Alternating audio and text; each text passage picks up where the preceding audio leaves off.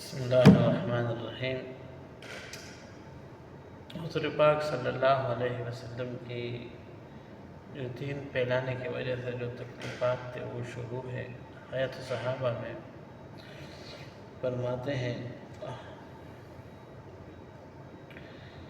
حضرت مقداد بن عمر رضی اللہ عنہ فرماتے ہیں کہ میں نے حکم بن کیسان کو پکڑا، گرفتار کیا تو ہمارے امیر صاحب نے ان کی گردن اڑانے کا ارادہ کیا، تو میں نے کہا آپ اسے رہنے دیں، ہم اسے حضور صلی اللہ علیہ وسلم کے پاس کی خدمت میں لے کر جائیں۔ چنانچہ ہم انہیں حضور پاک صلی اللہ علیہ وسلم کی خدمت پر لے کر گئے۔ حضور صلی اللہ علیہ وسلم نے ان کو اسلام کی دعوت دینے لگے اور بہت دیر تک دعوت دیتے رہے۔ جب زیادہ دیر ہو گئی تو حضرت عمر رضی اللہ تعالیٰ عنہ نے فرمایا، عرض کیا، یا رسول اللہ صلی اللہ علیہ وسلم،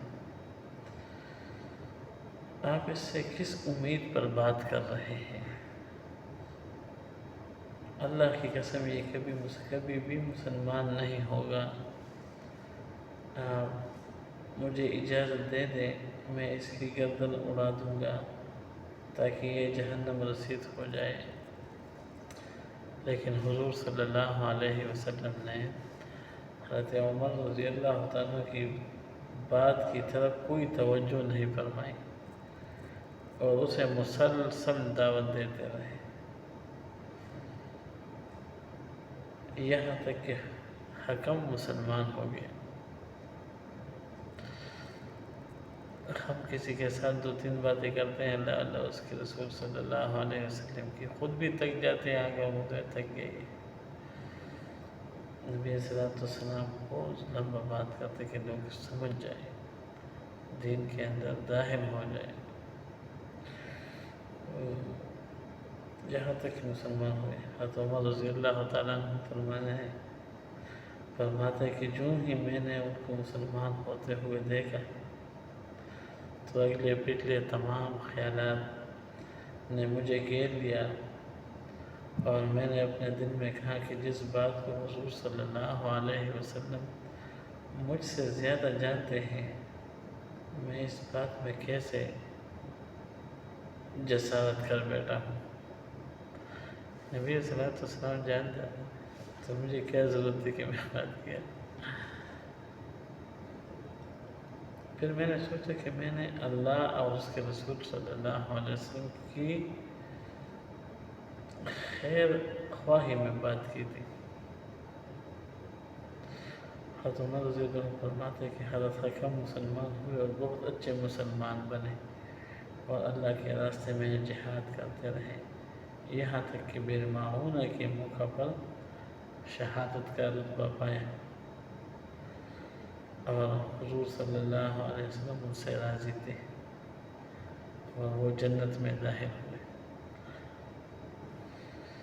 حضرت زہری رضی اللہ عنہ کی روایت میں ہے کہ اس طرح سے کہ حضرت حکم نے پوچھا کہ اسلام کیا ہے؟ آپ صلی اللہ علیہ وسلم نے فرمایا کہ تم ایک اللہ کی عبادت کرو جس کا کوئی شریک نہیں ہے، اس بات کی گواہی دو کہ محمد صلی اللہ علیہ وسلم اللہ کے بندے اور رسول ہے۔ اس پر حکم نے کہا کہ میں نے اسلام کو قبول کر لیا۔ اس پر حضور صلی اللہ علیہ وسلم نے اپنے صحابہ رضی اللہ عنہ کی طرف متوجہ ہو کر فرمایا کہ اگر میں اس کے بارے میں ابھی تمہاری بات مان کر اسے قتل کر دیتا تو یہ دوزخ میں چلا جاتا۔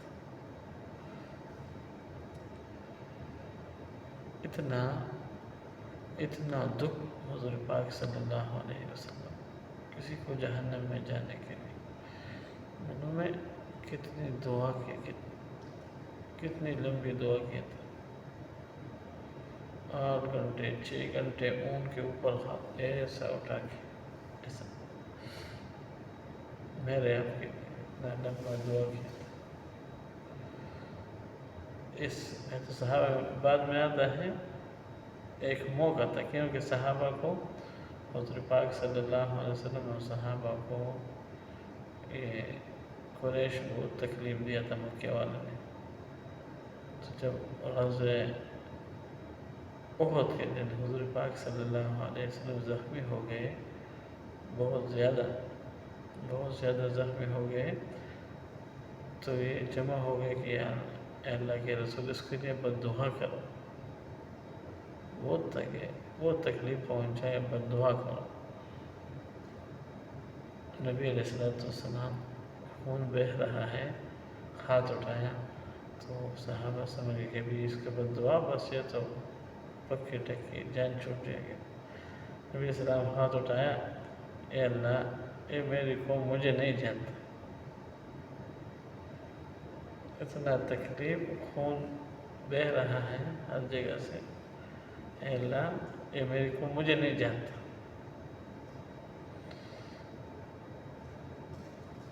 علماء کرام یہ فرماتے ہیں کہ نبی صلی اللہ علیہ وسلم دعا کرتے تو یہ موقع تھا، اتنا تکلیف پہنچا.